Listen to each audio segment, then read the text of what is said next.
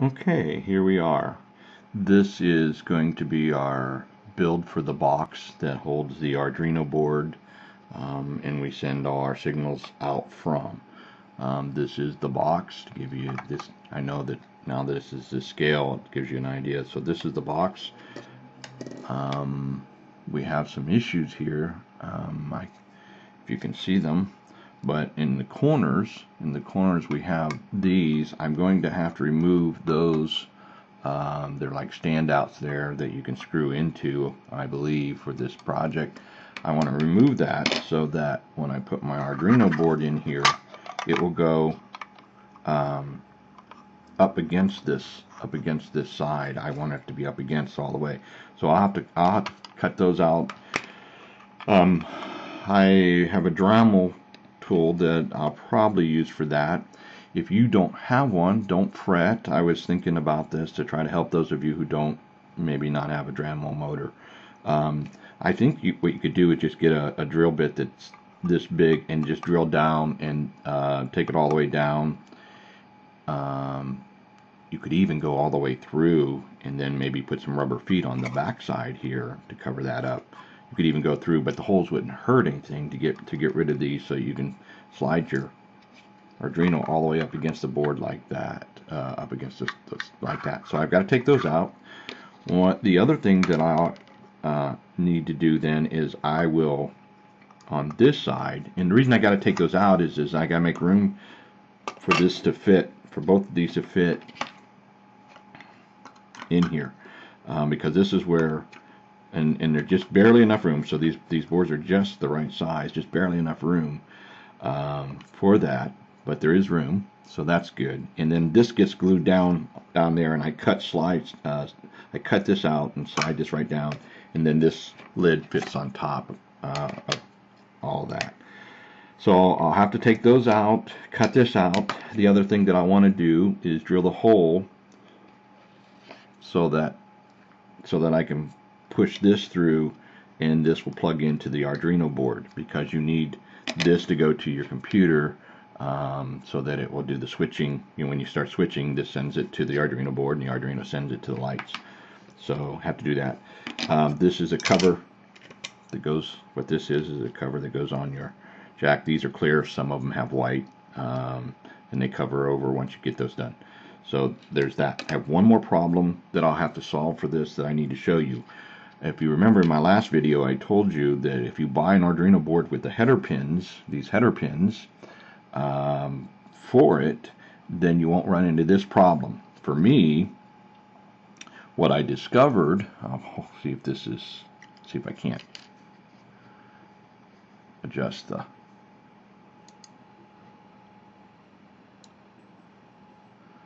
focus here. There we go. Yeah, what I discovered, and as you see here, is that these don't actually line up. They're just off just a little bit. I can fit two in at a time, so I'll break these off in pairs and start. And you want to start not on one or two, but I'll start right here at this, with this hole right there, and I'll move that a little closer. I'll start with that hole right there, and then in pairs I'll put these in. So I was hoping to have all six, or there's actually 7 holes here, but I was hoping to have all of these in one, and then just break this off for the whole set and do the same over here for this segment and break them off. But I can't do that. I can get 2 of these at a time. See, 2 of these will actually fit in, so I'll have to break these off. And they do. You just break these in 2, but I'll have to do 2 at a time. So, and then what I'll do is I'll put these go in, and you solder your wires coming out. And I don't have the piece of wire in this set yet, but you'll see it show up here. But you solder then to these, your different wires to these. So, and then you just take and put these in here. So that's what's coming up. And I'll step away, drill my holes, and start with some of that. Okay, well, we've got our box, and I've done the work to my box to get it prepared. It went fairly well, but not without a few hiccups. getting these down, these standoffs that were here. I just used a 1/4 inch drill, went down to it to where it was flush, and then it just worked out all right with me.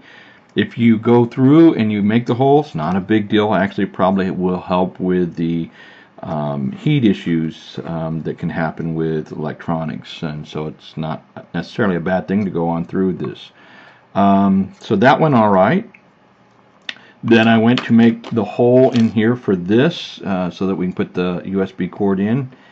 And the way I did that is once I had this all flush, I set this down in here, stationed it in here, and I pulled this board all the way to the side. I'll explain why I did that in a minute. And then I just took a Sharpie, and you can, as you can see, you can see my lines. You can actually lay out where you want it. I did that and laid it out. Now, what I did is I started with in my drill press, I just set it in this way and was coming down with a 7/16 drill. That would have been big enough. Thought I'd have a nice round hole.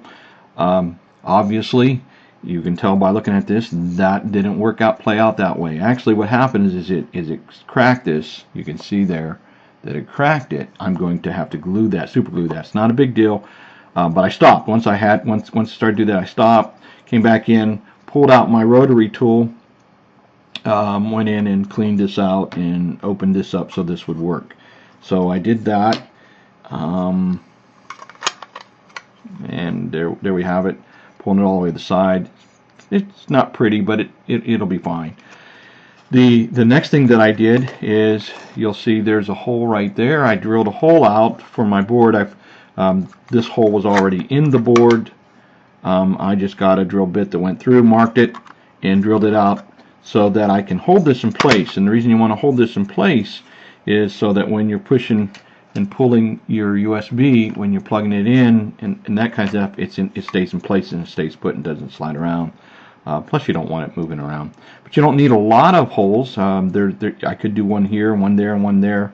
I'm not going to do that. That's kind of overkill, I think. Just one in there to keep it in place and hold it snug.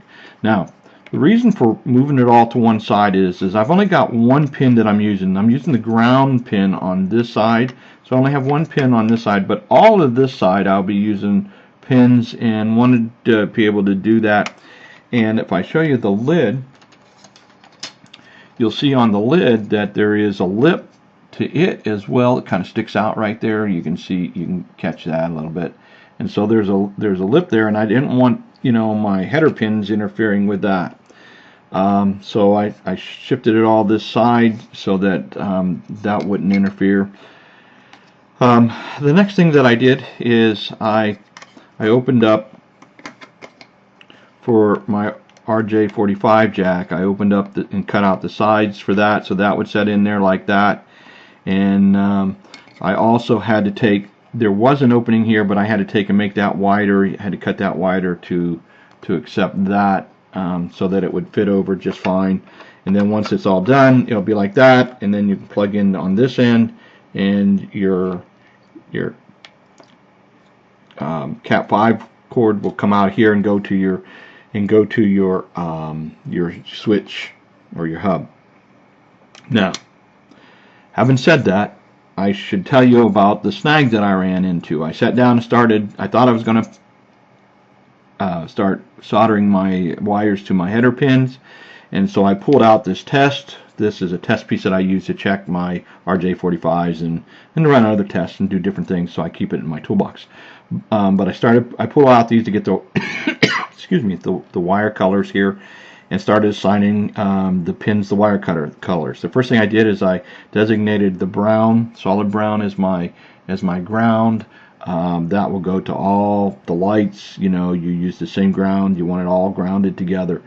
So I started assigning my wires to my pins, and then I realized that, oh, that's not going to work. This will only allow me, with this cord, this will only allow me 3 tally lights. So I went back to the drawing board and took a look and to see if I could, and tried some tests to see if I could maybe use one common for my green light. That didn't work, so I'm going with another way. The reason I wanted to try to do it that way is so I didn't have to spend any more money. But if you want 3 lights, and you only need 3 lights, what I have right in place right now for you will work just fine. It'll give you 3 lights. However, if you want 6 lights, which this board will let you have 6 lights, then you want to add an additional one of these. So I'm going to have to go back and cut this wider so that I can basically put 2 of these in like this. All right, and I'll glue those in, and they'll set in here like this. So I'll have 2 of these, and I'll run out of this first set of header pins right here, pins 2 through 7.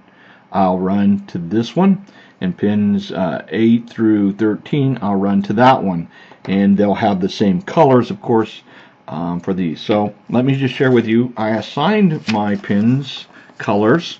So for this one, this one would handle I'm planning on it, I'll call it A. It will handle the first 3 tally lights, tally light 1, tally light 2, and tally light 3. And what I'll do is I'll punch in the color wires accordingly. And I assigned the blue wire. There's sets of wires in this. There's a solid blue, and then there's a blue and white. And so for pin 2 on my tally light 1, the pin 2 is blue, and pin 3 is the blue and white. For tally light 2, the solid orange is pin 4, the orange and white is pin 5. For tally light 3, then I assign the solid green to pin 6 and the green and white to pin 7. There's a brown and white. I won't use that. That'll actually not get used on this one. And so I'd assign that. If I'm only doing 3 lights, then I only need 1 of these. Put these on here. Run them accordingly to this first pins, and then you would plug this in and just take it to your it's not really a router, it's a switch, a hub. Take it to your hub, run out of that to your lights. Okay, but if you want 6 lights, then you have to do this all over again. You get the same colors, and for tally light 4, then I would give blue pin 8, blue and white pin 9, tally light 5, orange will be pin 10, orange and white is pin 11, tally light 6 will be, the green will be pin 12, the green and white will be pin 13. And then I'll have 2 wires coming out. I have 2 hubs that I'll stack together. I may Velcro them together, I don't know. And then I'll run all 6 out of those. But you'll need the 2 of those. That will cost you probably about $15 more. Not a major, to get 3 more tally lights to work with this system. But you needed to know that, and I'm glad I found it. I've adjusted the other videos, the shopping video, so there's some notation on those, and that way those who are seeing it will know if they order before they do the build. Hopefully they'll watch all of it and then go and order, because I'm guessing they'll run into some other snags. The other thing that I would share with you is I did get the pins I broke off 2, and then I'll have to put 2 just in sets of 2 and solder them. These pins, let's see here, these pins are not very long. These header pins are not very long. But the pins that come with the Uno board I like them better. They're a little bit longer, a little easier to work with. But what you might have to do is take a pair of couple pairs of needle noses and bend them over so that they're right angle, so that they don't come up past the top of this. You want this to be able to set down and close nicely. So you might bend them over and then solder them and then run them to your RJ45s. This is probably the harder piece to build, in my opinion. At least that's what, I haven't built the lights yet. We'll see how that goes, but I think this is probably the harder piece once you got it. And for me, I think it's harder to make sure you get all the things cut away. That I don't mind the soldering and putting pins in and running the wires. That's not a big deal. Oh, probably should share this with you too. If you don't have a Dremel motor, I used, and actually I think it's easier, this is just a regular hacksaw blade. To cut this out, I just used a hacksaw blade, cut it down. I cut several and then just snapped them over, and then took a little piece of sandpaper and cleaned up this edge right here so that these would sit on here nice and smoothly, kind of thing. So we're just about ready. I've got to widen this, and then I've got to bolt in this, once I widen this, I'll bolt in that, and then we'll start soldering. So, okay, I'm back. Probably should stop for a moment and just talk about the tools you're going to need to do this project. This is my soldering iron. It has selectable wattage, and so I can select. I typically solder things of this project, this size, between 20 and 30, pretty close to 30 watts. And you're going to need a soldering iron or soldering pencil, whatever you choose to call it. Of course, you'll need solder. This is what I used. This is rosin core solder. It's a 6040, and it's the 0.032 inch diameter. It's smaller in diameter because we're using smaller gauge wires. So you'll need some of that. These tools, these both do the same thing. This is one that came free with some jacks that I had, and then this one has another feature here where you can take and cut the casing off of your Cat 5 or Cat 6 wires by placing it in here like that, and then you'd spin it around and it would cut the casing and your wires would be exposed. You can see already that both of these I've already pulled the wires out of these and used them. Half of them are set in here. I have with the header pins from one of them, and I don't need, on the second one I didn't need the brown and white. That will get discarded. This is for the other jack. I've wired one jack, but the way you use these is on these jacks. These are called punch down tools, and if you're looking for them, and you bring your wires through on the inside here. Bring your wires through. Then, like if you're putting it in here, you would lay the wire across this way. Then you take your punch down tool and you go across, and you would then slide it in there and punch it down all the way. So it pushes that slot that you see there. It actually pushes the wire down into the connections that are in there. There's little wire connections in there, so they make contact. So you're punching it down. That's why they call it a punch down tool. But you'll need one if it doesn't come when you buy these, and if it doesn't come with them. This did not come with this. What I showed you on eBay does not come with a punch down tool. This punch down tool came with some that I had bought from Menards. I think I was down and bought a package of them from Menards, and this came with them. So I had to buy this one, and I wanted this feature as well. So I think this cost about $1. It wasn't real expensive. Or it might came even in a kit. I'm not sure. I don't remember, to be honest. So that you'll need that to punch those down. Another thing that I have that is handy is a magnifying glass on a base, and it also has the alligator clips. And those hold, while I'm soldering, those hold things in place, holds them together, because it's really kind of tough, but you can do it. I started soldering without this. It has a light. That's kind of nice.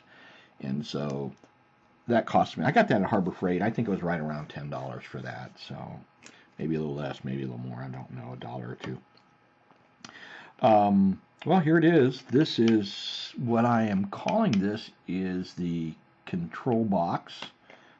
For lack of better words, because it does control then the lights, where we want the lights to do and that kind of thing. So I'm calling this the control box for future reference for our tally lights.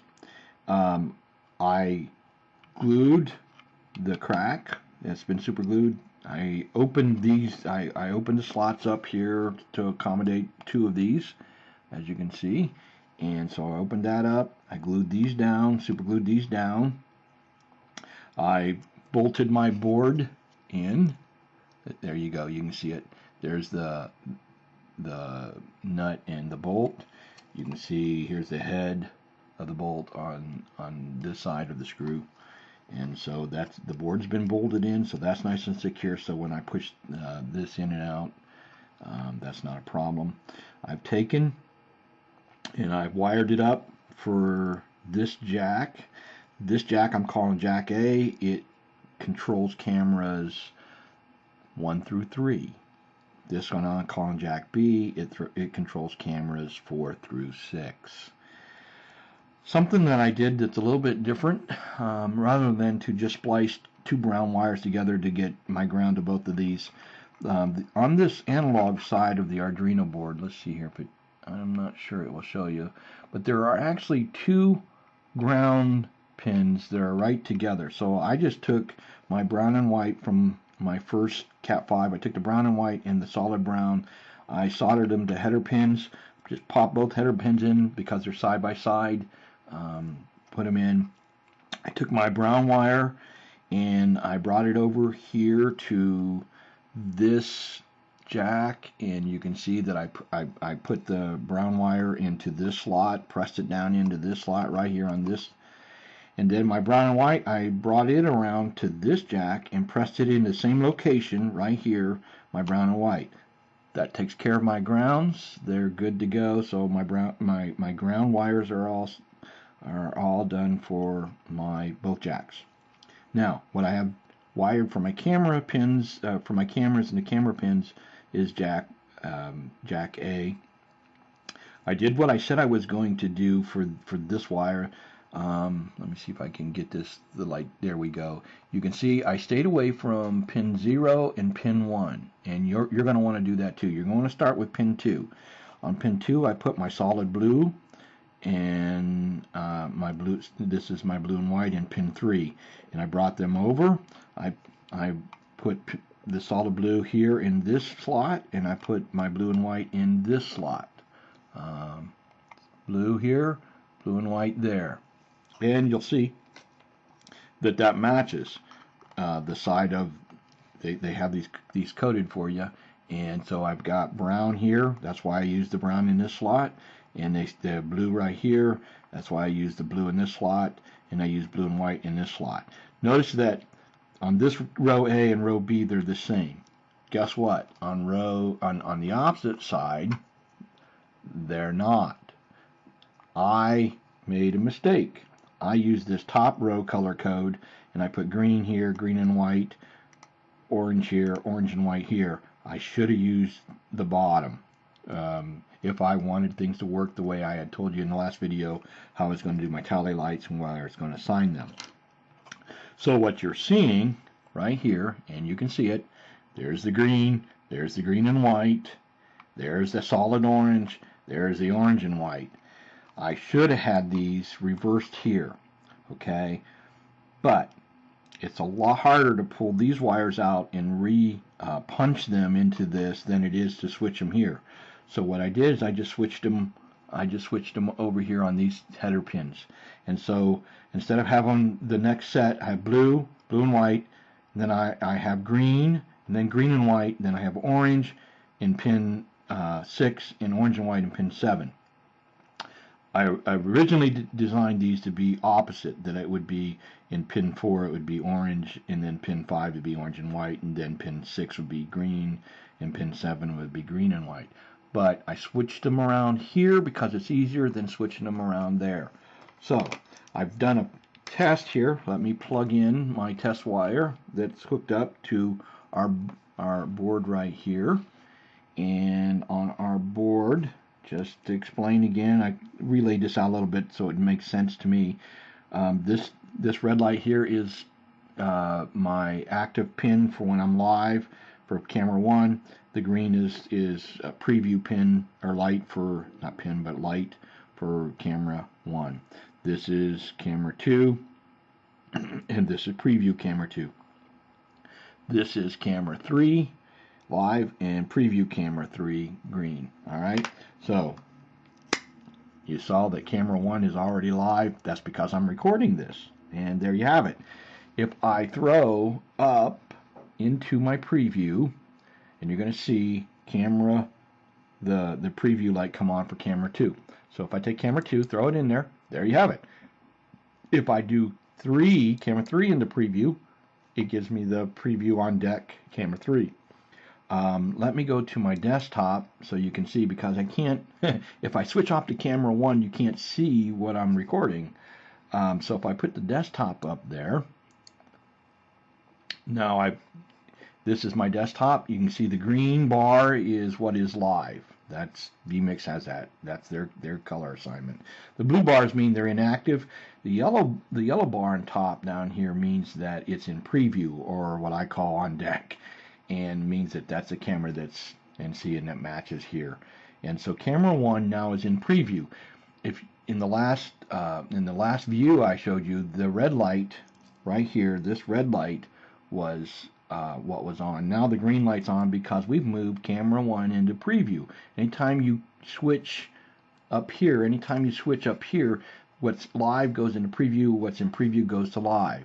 So if I cut, and the red light's on, and I cut back, and now the green light's on. So now if I throw up into preview camera 2, okay, and it's a little hard to see, but it's down here in this corner down here, you can see that camera 2 green light is on, but there is no red light on because I'm in desktop, and my desktop view is not connected to any tally lights, numbers, or pins. It's just there.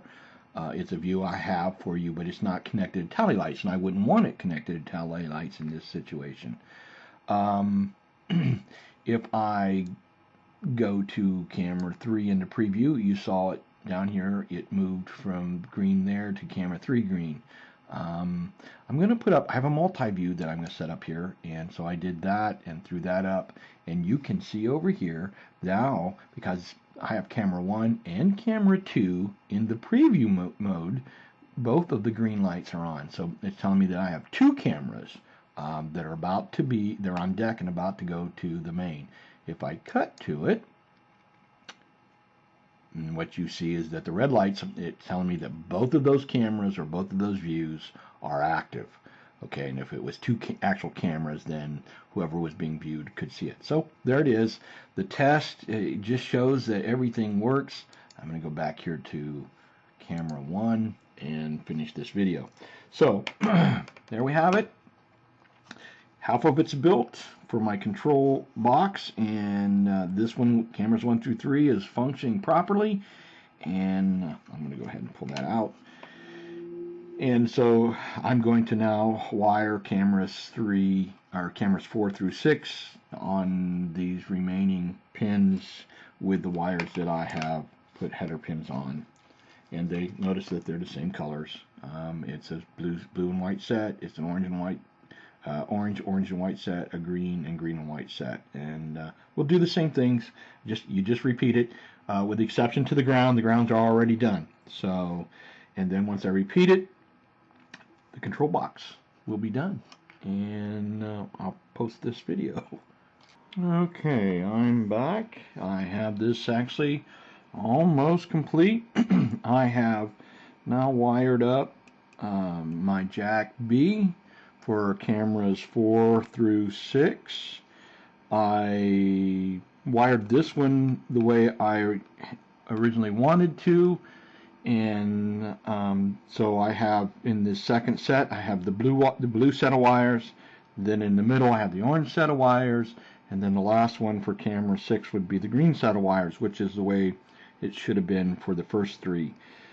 As you can see, because I'm on camera 1, I went into vMix, I assigned 3 more cameras and assigned the pins and everything for them. I assigned camera 4, camera 5, and camera 6 because I'm on camera 1, and because I'm shooting up from camera 1. All I can show you is the preview lights that work. I can't show you the live lights because it would switch off from this view.